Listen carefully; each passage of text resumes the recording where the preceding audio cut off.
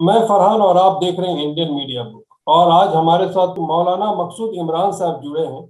और इसमें दो सवाल हैं जो कि कुर्बानी के सिलसिले में। एक की काफी आज न्यूज आ रहे हैं कि अब मस्जिदों में सिर्फ 50 लोग ही ईद की नमाज अदा कर सकते हैं। उसके ऊपर उनसे जानकारी ली जाएगी। और दूसरा सवाल उनसे ये रहेगा कि किन किन चीजों का ख्याल रखा जाए। हजरत सलाम अलैकुम। वालेकुम सलाम वरहमतुल्लाहि वबरकातुहू।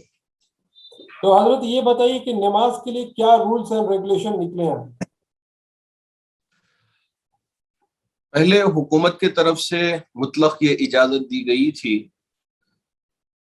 कि जैसे सोशल डिस्टेंस मेंटेन करते हुए मस्जिद में जितनी कैपेसिटी होगी उस हिसाब से लोग मास्क पहनकर अपनी अपनी नमाजें अदा करें। अचानक 16 तारीख को हुकूमत की तरफ से एक गाइडलाइंस जारी हुआ जिसमें ये लिखा गया कि आने वाली ईद उल अजहा में 50-50 का बैच बनाकर नमाज अदा करें, जिसकी वजह से पूरे स्टेट में एक अफरा तफरी का माहौल पैदा हो गया।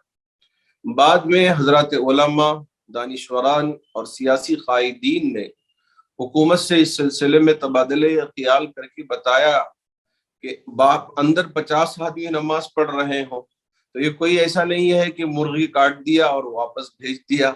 नमाज अदा करने के लिए वक्त लगता है, और बाहर बहुत बड़ा मजमा अगर खड़ा हो जाए तो उनमें सोशल डिस्टेंस, और फिर 50 आदमी मैं जाऊंगा तू जाऊंगा, बहुत बड़ा हंगामा खड़ा हो जाएगा, ये कंट्रोल हो नहीं पाएगा। इस वजह से जो पहले से चल रहा है उसी को जारी व सारी करेंगे तो बहुत बेहतर होगा।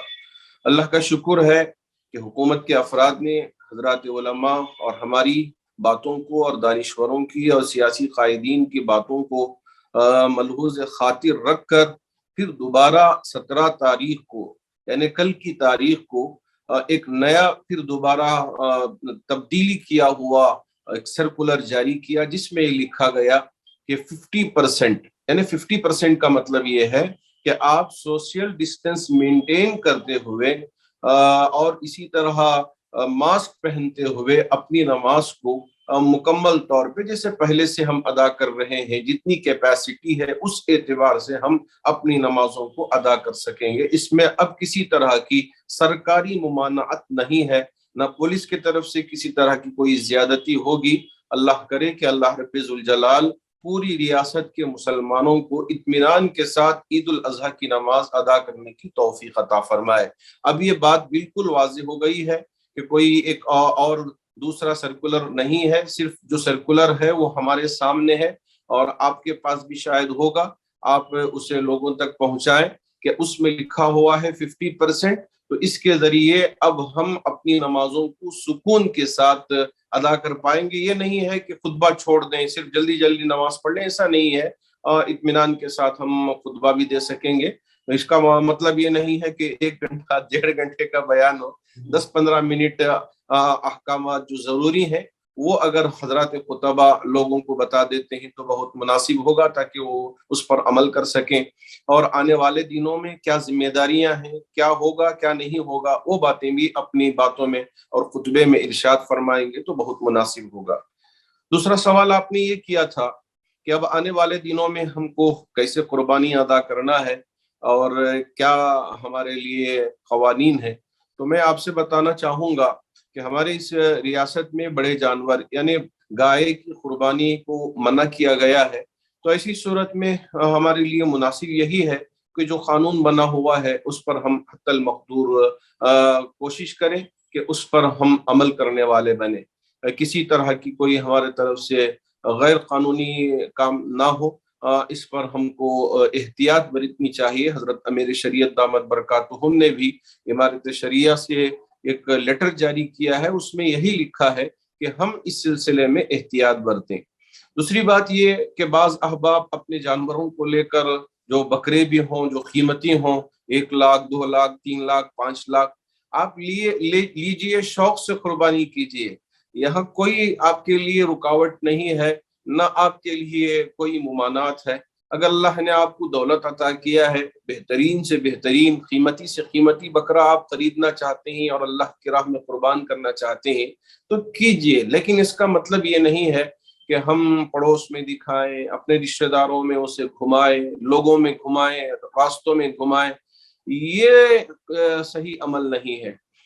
آہستہ سے آپ جہاں اپنے گھروں میں قربانی کر سکتے ہو تو کر لیں، نہیں ہے تو جہاں قربان گاہ بنے ہوئے ہیں تو آپ وہاں ڈڈی جسے کہا جاتا ہے یہاں کے الفاظ میں، وہاں لے جائیں، وہاں جا کر آپ اپنے جانور کو ذبح کر لیں۔ تو اس کا بھی خیال رکھیں کہ عام طور سے جہاں قربانی کی جاتی ہے تو لوگ یہ سوچتے ہیں کہ میرا گھر پاک رہے، پڑوس کا گھر گندا ہوتا ہے تو ہونے دیجئے۔ پوری گندگی لے جا کر پڑوس کے گھر کے سامنے یا اس کے دروازے کے سامنے رکھ دیتے ہیں اور سوچتے ہیں کہ اس کی بدبو ہمارے گھر تک نہیں پہنچ پائے گی۔ یہ بالکل غلط سوچ ہے۔